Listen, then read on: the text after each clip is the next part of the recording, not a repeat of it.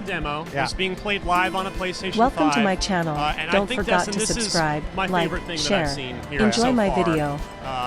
I mean, we've seen some good stuff, don't get me wrong, but I personally love Alan Wake. It's one of my favorite original games from the Xbox 360 era, one of the great new IPs back then. It was always such a shame we never got the sequel, and now improbably we finally are. And honestly, it looks great. I mean, it looks like a next-gen game, number one, and they're using their own in-house tech, which Remedy always has. The faces look amazing, the environments look amazing, and it's it's tough to get any sense for the sort of scary, the horror side of it when you're in a a well-lit room with lots of other people. But hearing the same voice actor for Alan Wake again, and they have James McCaffrey, no relation, he's appears in all their games. He's voicing one of the other detectives, and so there's the familiar, there's the comforting sense of the familiar, but this is absolutely a new game. If you played Alan Wake 1, that was a third-person action-adventure game. This is a third-person survival horror game, much sort of slower. The camera's pulled in tighter than it was with the first game, and it's the pace is slower in a creepy way. There's the investigative work that you're doing, piecing together the case and what's going on. Yeah, you kind of go into your character's mind space, or whatever they called it, and you solve the case throughout that process. It's really an interesting system. Yeah, and it feels like, I know a 30-minute demo is tough to get a great sense, but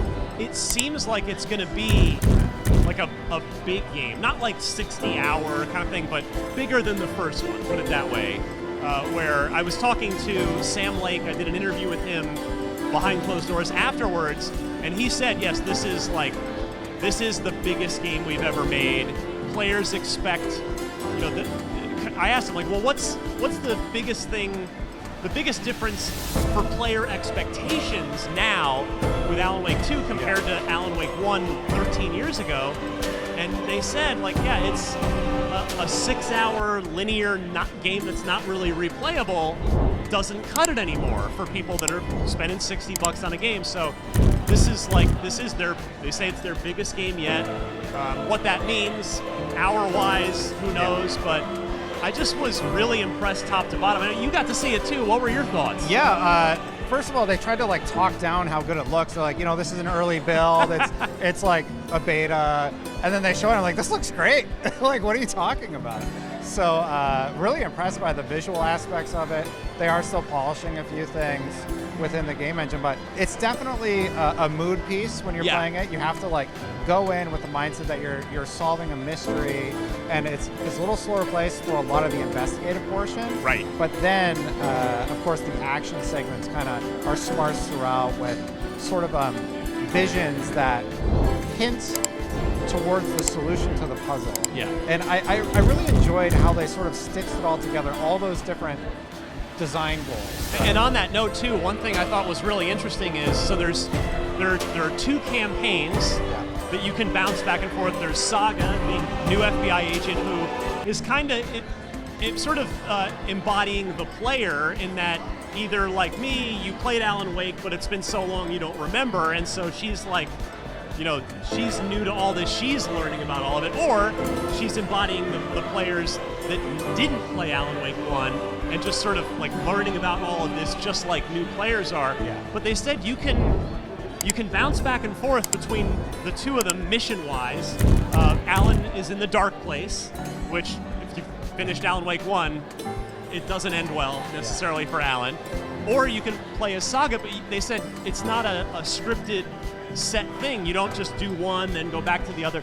You can do 3 Alan missions and then go back to Saga. So I'm curious how the player freedom aspect of that, how that's going to gel with the narrative of trying to, if you just decide to power through all of the Alan Wake side of it, how's that going to make sense in the story when you come back to the Saga side and you're still really early on with her? But that's one thing I'm really curious about. It was also really interesting that they said they've been working on it for 13 years, and within the demo that we saw, Alan Wake's been out of commission for that exact period of Yeah. time. I like that though, because as a player, if you're a big Alan Wake fan, you're coming back to this game, and Alan Wake has been in the same state of stasis as you have. Right, exactly. Yeah, it's Yeah. not just they're not just picking up like a year later. Yeah. Like they've actually allowed for the same passage of time that us as players are experiencing as well. So overall, pretty excited about it. I really truly am. Like this thing, I mean, this fall is going to be busy, right? I mean, there's a ton of big games coming out this fall, and there's a ton of big games out now. Alan Wake 2 is really high on my list. Like I said, I of all the great stuff here, it's been my favorite thing so far. We still have one more day to go after today, but yeah, it looks great. And if it's not on your radar, I recommend you get it on your radar. Well, thank you for your insight, Ryan, and I hope you enjoyed this. If you want to see more on Alan Wake, you're already in the right place.